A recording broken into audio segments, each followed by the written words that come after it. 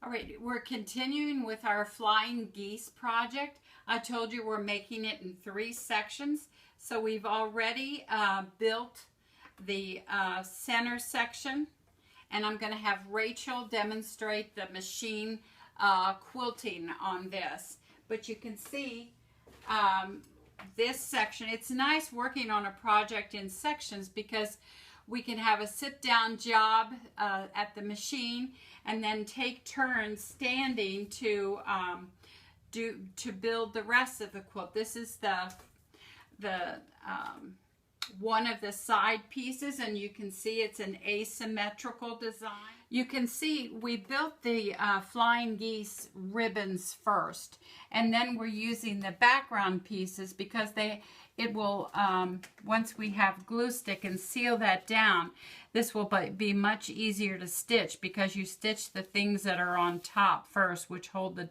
and it will smooth out all these edges so you won't have choppy little edges. It'll, by putting the background pieces on top of this, it will give us a nice clean edge. And here we're going to redo these stars. We didn't like this star with the dark fabric. We wanted to use some of the same blue greens that we had in our center medallion for our stars. This was entirely too dark, and because there is no sewing in it yet, you can just easily pull up a piece.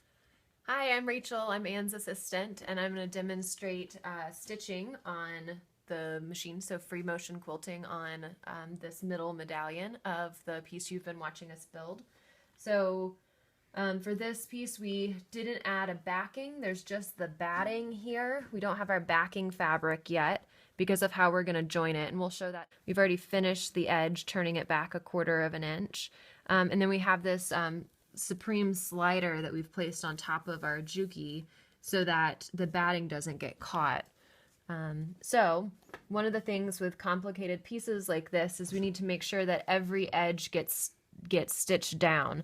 So what I've been doing, you can see here, I'm going around the edges, stitching on the top of each individual piece. If I need to travel between pieces, I'm stitching in the ditch. So I'm going to just demonstrate that. And I think the easiest thing to do, with every quilt it's going to be slightly different, but is to pick a place to start and figure out your pattern. So what I'm going to do is I'm going to stitch down in the same direction along these pieces, and then once I get all the way around the medallion, when I come back, then I'll stitch the other side. So that's how I'll proceed. So first I'm going to bring my bobbin thread up. It's just nice to have all of your threads on the top of the quilt so that you're not having to hunt for them later. So I get my invisible thread and our bobbin thread, and then